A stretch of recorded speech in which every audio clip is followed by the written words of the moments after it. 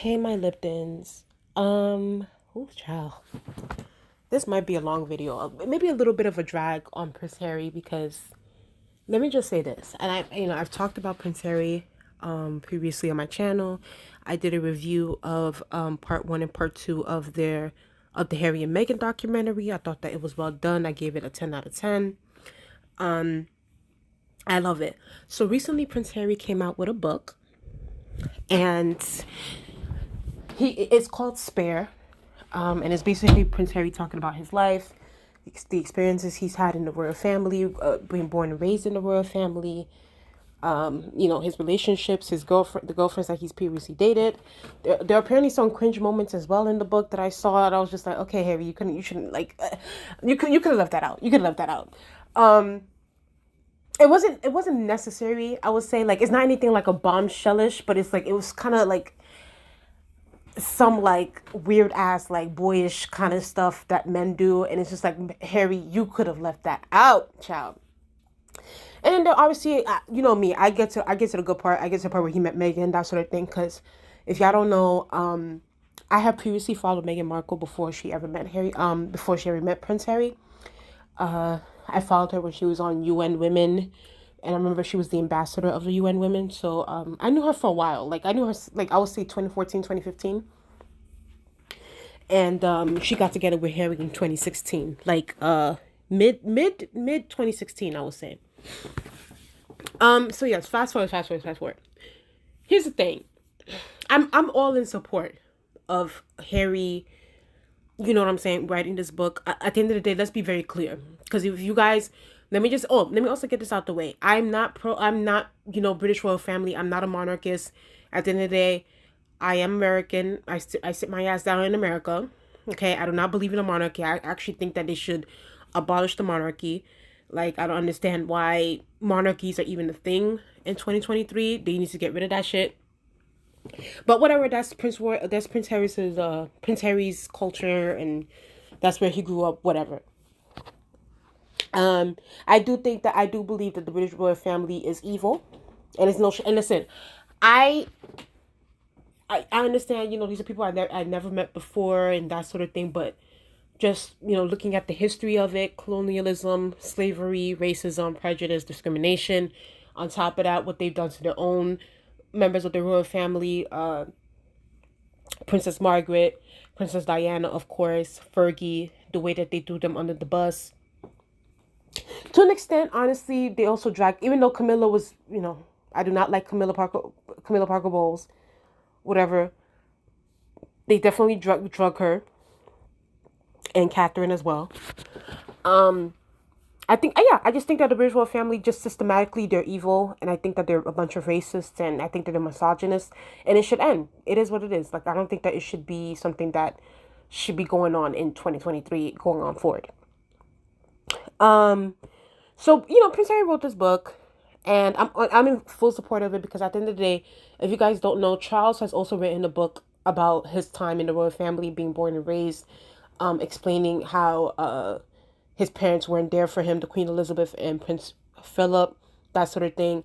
Fergie, what's her name? The Duchess of York, I think.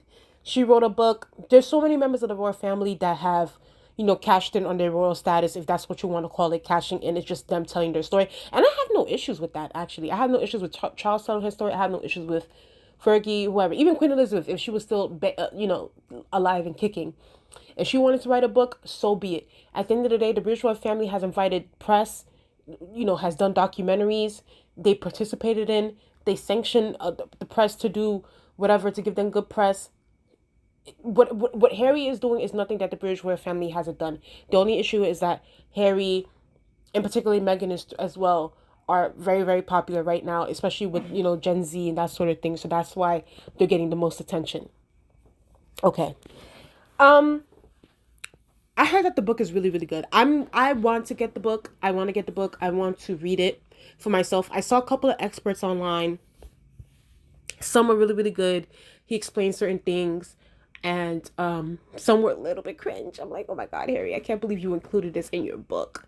Just to give you guys a heads up about why I'm cringing, the cringe part I'm talking about is, like, apparently Harry talked about his penis, about having having frostbite on his penis when he went to the North Pole with the veterans years ago.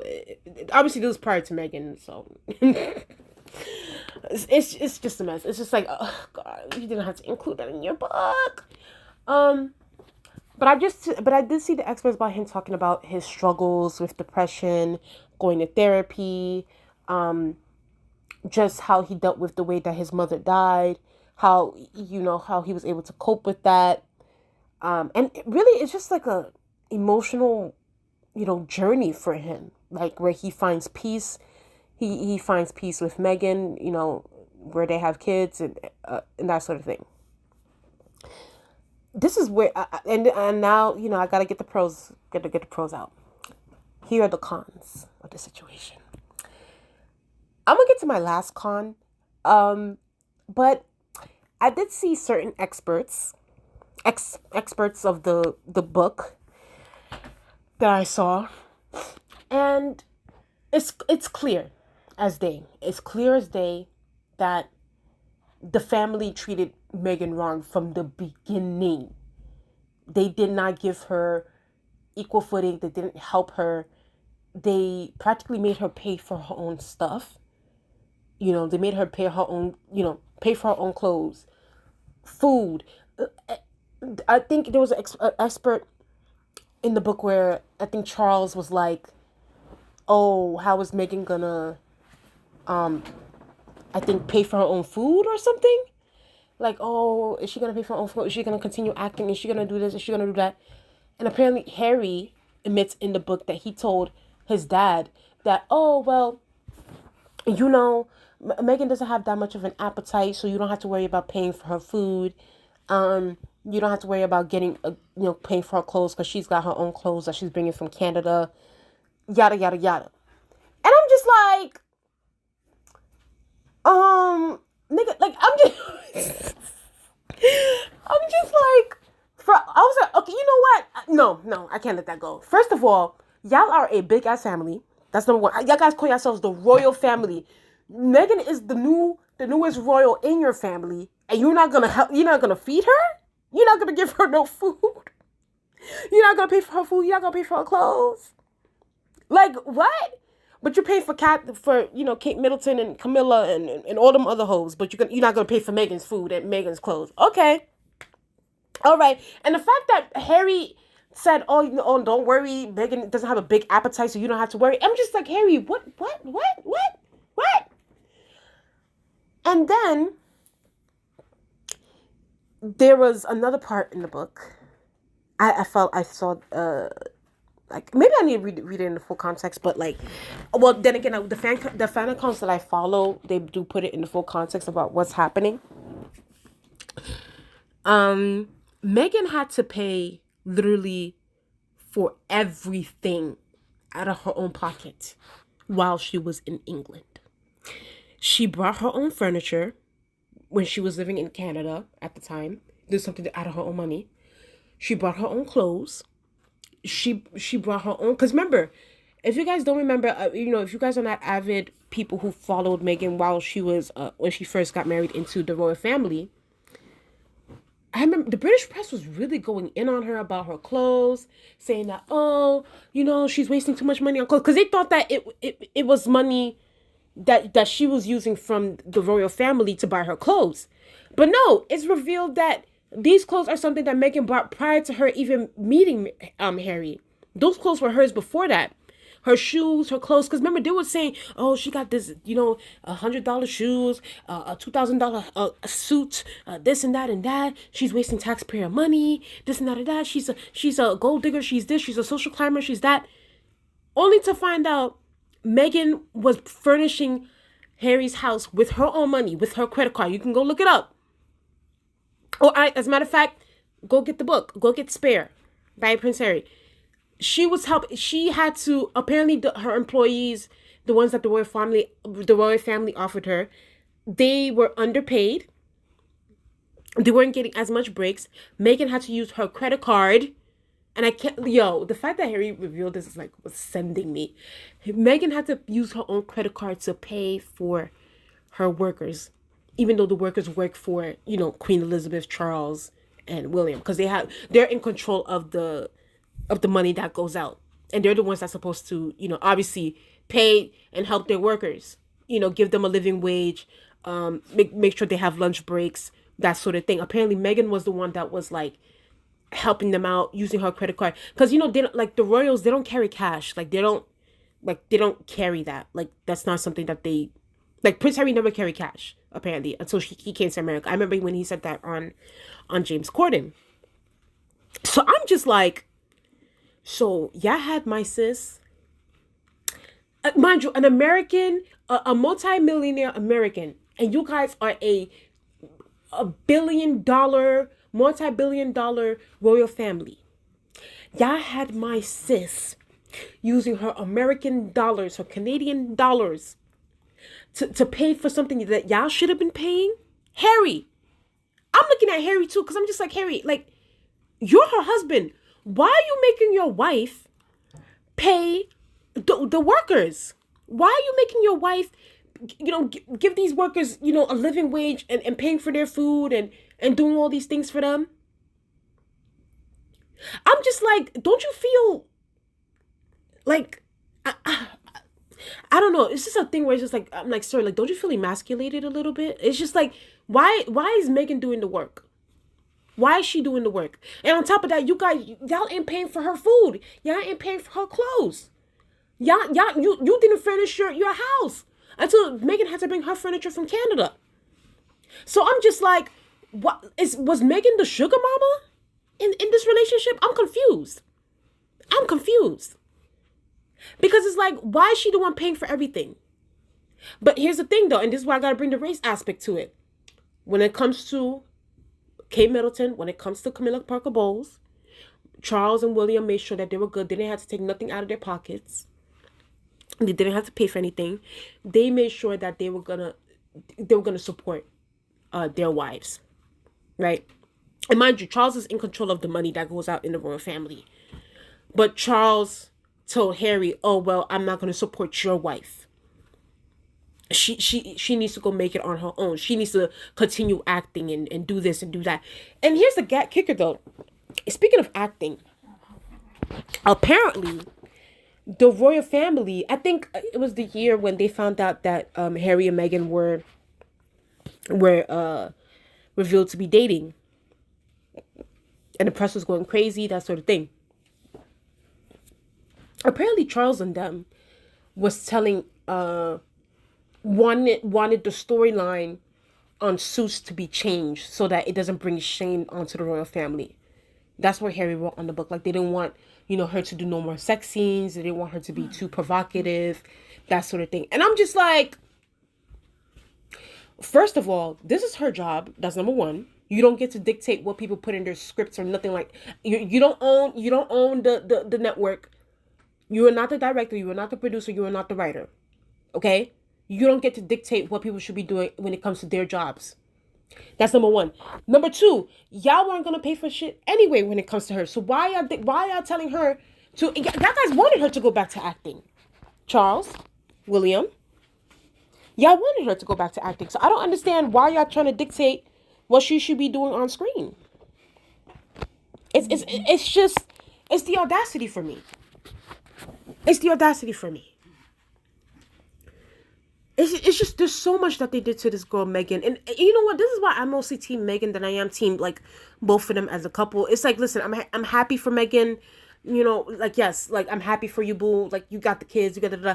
But God forbid, for whatever reason, God forbid, because I don't want them to, obviously, personally for me, I think that Prince Harry and Meghan are going to last, like, to the end, like, to the end of time. Like, I think that they're just made for one another, that sort of thing. Because I genuinely think that these two just love each other. And I think that, Harry's very, very much so in love with Meghan. Like, even the way that he writes about her in the book, you guys should go and read the book, find the book. Like, he's just very, very just in love with this woman. And it's just like, it seems like Harry might fall apart if they were to ever break up. Like, he will, I think that Harry will legit, like, go crazy if Meghan ever thinks about leaving.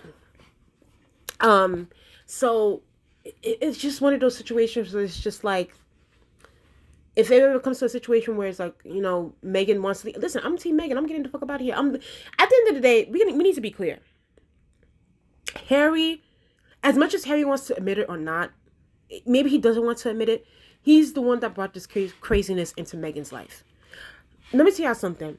Meghan Markle, 2014, 2015, did not have this drama. And this is someone this is coming from someone who followed her prior to this whole thing. She had a fan base. She had over 3 million followers on Instagram. Go look it up.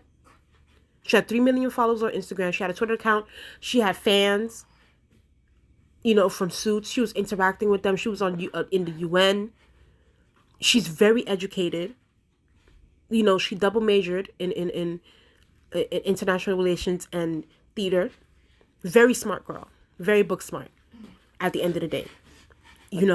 So, and she lived a relatively quiet life. So for me, when Harry came into the mix, all of a sudden, drama around this, drama around that. And mind you, this is a girl who had a career 10 years prior to Harry even coming into the picture. And I never heard any bad thing about her.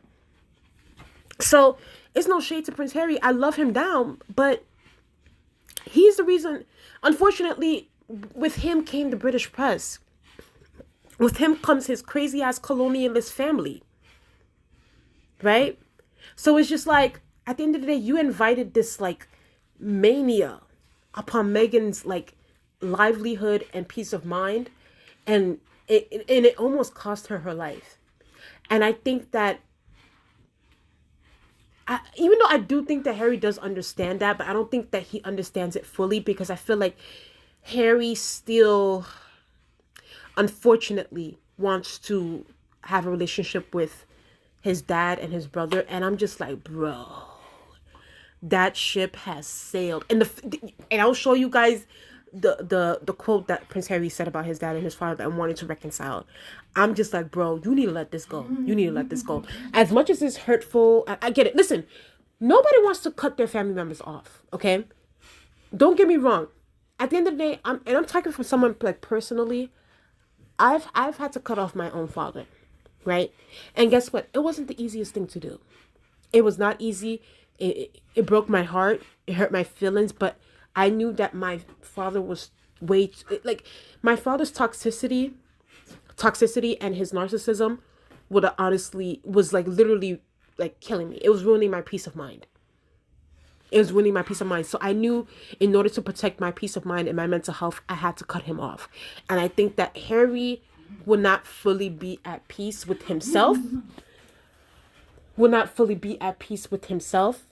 If he does not cut off his father and his brother completely. Like, I'm sorry, bro. Like, I know, I understand. Like, that's your father, that's your blood. Your brother is your blood, flesh and blood, that sort of thing. You guys, whatever. But here's the thing, and this is where I gotta call on Harry's bullshit. Meghan had to cut off her father due to, the British press, because at the end of the day, the British press came with Harry. And the British press got involved between Meghan and her father's relationship, between her and her father. And due to that situation, her father started to become toxic towards Meghan. He started abusing her through the press. He started to emotionally blackmail her through the press. He started to insult her through the press. So Meghan had to make a decision. As hurtful as it was for her, she knew that she had to protect not only herself, she had to protect her mother. Because mind you, Meghan's dad was literally like writing letters, sending flowers to her mother. Mind you, her and her mother, Meghan's mom and and the dad have been divorced for like what, over 36 years, I think. 36 years. They've been divorced for a long time. They haven't been on speaky terms. I mean, they co-parented, but they weren't like, So he was doing all kinds of things due to the British press, like egging him on and egging him on and egging him on. So it was like Meghan had to make a decision. As hurtful as it was for her, she knew that she had to protect not only herself, her mother, and her children, as well as Harry. She had to protect Harry. And the fact that she had to take that step in order to protect the people around her,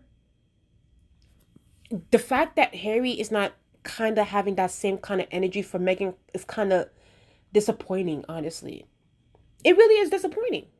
Because it's like, you have Meghan going back to England for you. Not, listen, Meghan is not going back to England. Of course, she will go back to the UK, because she has friends there. One of her best friends lives there, that sort of thing, whatever. But as far as like going back into the royal family, being there for celebrations and all this extra stuff, knowing that these people hate her, they're saying all kinds of racist things about her, they're wishing death upon her, but she's going there, for Harry's sake, to support him, because he still loves the monarchy, he still loves his father, he still loves his brother, even though they have all this smoking animosity for Meghan. So I'm just like, Harry, you're putting your wife in a very traumatizing situation, and I don't even think that you're realizing that. I don't even think that you're realizing that's that thing, right? So it's like, if Meghan can cut her father off, why can't you? Because let's be very clear. Thomas Markle and Prince Charles, whatever, King Charles, whatever the hell you want to call him, Prince Charles, King Charles, they're both the same. Two faces of the same coin. Just because Thomas Markle is out here publicly talking about this, at least Thomas Markle tells you who he is. Thomas Markle comes out and be like, yeah, I'm making money, yeah, I'm doing this, yeah, I'm doing that, even though he, Thomas Markle's a little bit, But it's like, he's out here, he's saying, listen, I'm making my money off this. I'm milking my daughter's relationship with my son-in-law. He said it just like that. Charles, on the other hand, is more so, he's very cowardly. Not to say they both aren't cowards. Like, Thomas Markle is a coward, Prince Charles is a coward, but Prince Charles is more cowardly because at the end of the day, Prince Charles uses the press to be his mouthpiece towards Harry and Meghan. He mouths them to the press, and the press presses that out in print.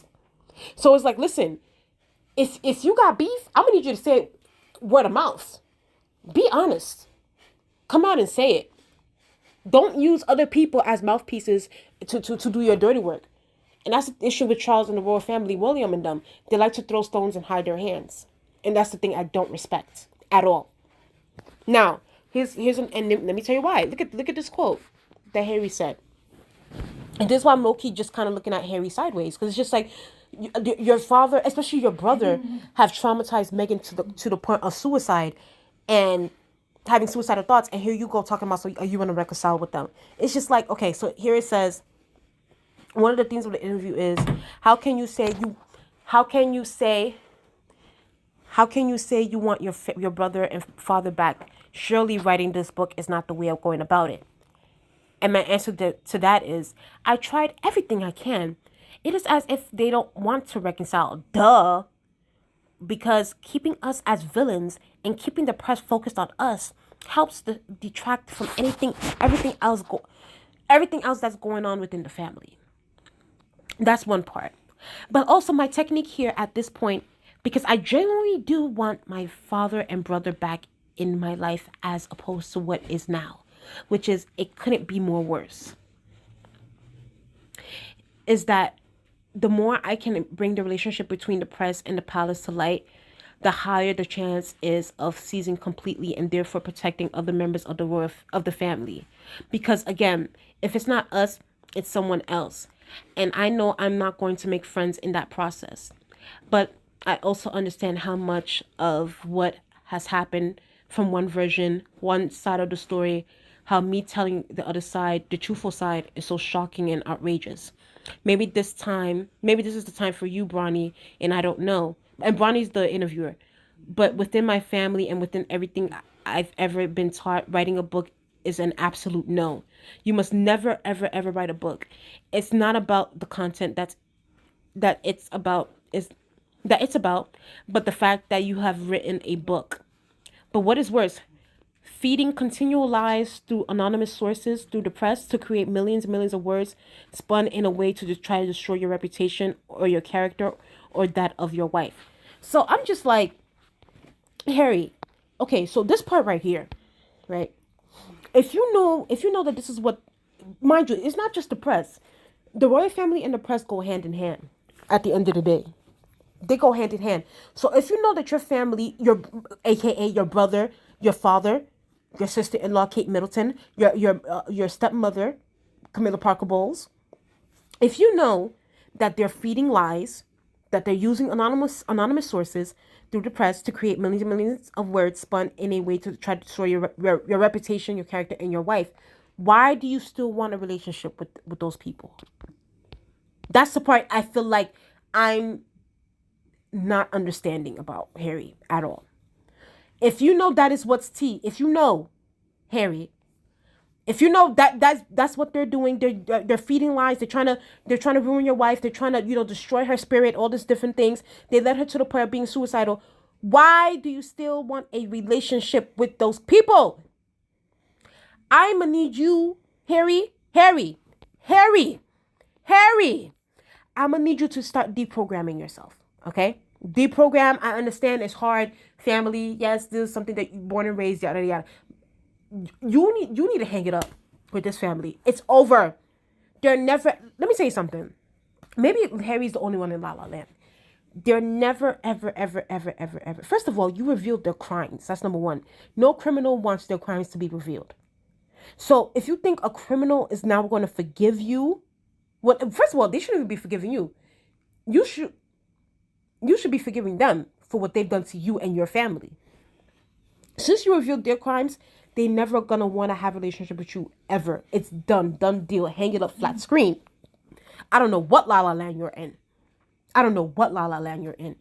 It's over, Harry. It's done deal. Hang it up flat screen. They're never ever ever ever ever ever ever ever gonna want to reconcile with you. And literally the next time you go back to England, because Harry did reveal that William did attack him twice, apparently. Twice. It's gonna be even worse. By the time you get there, he's gonna have unless you defend yourself, because I don't understand why you're allowing your brother to put your hands on you. I'm sorry, like I have siblings, and my siblings tries to put his hands on me or lunges at me. Guess what? I'm gonna have my two fists up, ready to fight. You got me messed up. You're not gonna. First of all, William and Harry are tall as hell. Like no, you better buck up, Harry. It's go time now. So stop going to this. Stop thinking naively about this stuff. Like it's never gonna happen. Like there's never gonna be a reconciliation. Too much has been said. Too much has been done on the royal family's part. They have literally they have continuously, and to this day, are trying to character assassinate your wife's character and your character. They haven't given your children the prince and princess titles. What is there to reconcile with? You know what it is. You know this is about race. You know that they did not want you to marry Meghan because she's half black. She's an American on top of that. That's xenophobia on top of that. She's a divorcee, even though I think that's bullshit because Camilla Parker Bowles is also a divorcee. Charles is a divorcee. Three out of the 4 kids of the queens is divorcees. So I'm gonna need you to hang up this reconciliation stuff. It's never gonna happen. It's never ever ever gonna happen. And I'm gonna need you to stop putting my sis in those kind of situations. Stop. If you want, listen, Harry. I hope you're listening to me. This is gonna be such a long video. Harry, I hope you're listening to me. Please, for the love of God, if you want to go to England and go hang out with your racist, colonialist, dehumanizing, demeaning family, you can go there and do that. Please leave my sister in the U.S. along with her kids. At least I know that they're safe here in the U.S. Harry, please, Harry. Please, Harry. If you want to keep going there and acting naive, thinking that your family has changed and everything is good and they're good people, you can go there and think that for yourself. Leave. Do not tell my sis to follow you because, the thing is too, Meghan is also giving me a little bit like, she's always going along with Harry. But still, leave my sister at home. Leave her at California. Let her be with her mother. Let her be with her kids. Let her be with her friends. She's safe here. If you want to go there, you go there. Okay? And by the way, if you go there because, I have a feeling that you are, it's just, oh my God, Harry. Sometimes you kind of give me clownery tease. I know you're going to go there. I think it's most likely it's giving me like you're probably going to go there for the coronation. Honestly, you won't go if they disinvite you. Because I'm hearing rumors that Charles is going to disinvite him from the coronation. I'm just like, okay, and that's great. That's great news. So that Meghan doesn't have to go either. But Harry, if you do go, I'm gonna need you to buck up, okay? Because I know William is gonna attack you again. He's gonna try to fight you. So this time, please do not stand by. Do not stand back. Do not stand by. If he tries to hit you, I'm gonna need you to give him I need you to, be with the smoke too. Put them first up. I'm gonna need you to stomp a mud hole in his ass and walk it dry. Okay, Harry? Please, I do not want to hear you come out, a few months from now talking about oh, my brother hit me again. At this point, you're gonna have to fight. You're gonna have to fight. You need to two-piece him. I don't want to hear it no more. I don't want to hear it no more. Either way, thank you guys so much for listening to my rant about this whole spare situation. Please like, comment, and subscribe. Tell me what you guys think about this book. If you did get it, if you didn't get it, please go read the book. Go give Harry the sales that he needs. Even though the book is actually doing really well. Please like, comment, and subscribe. Please please subscribe to my channel. We're already at 200 subscribers. Thank you guys so much. I love you guys. I love you, my Liptons. Thank y'all so much. And let's get up to 300 subscribers. 300 subscribers now, okay? And I will talk to you guys later. Bye.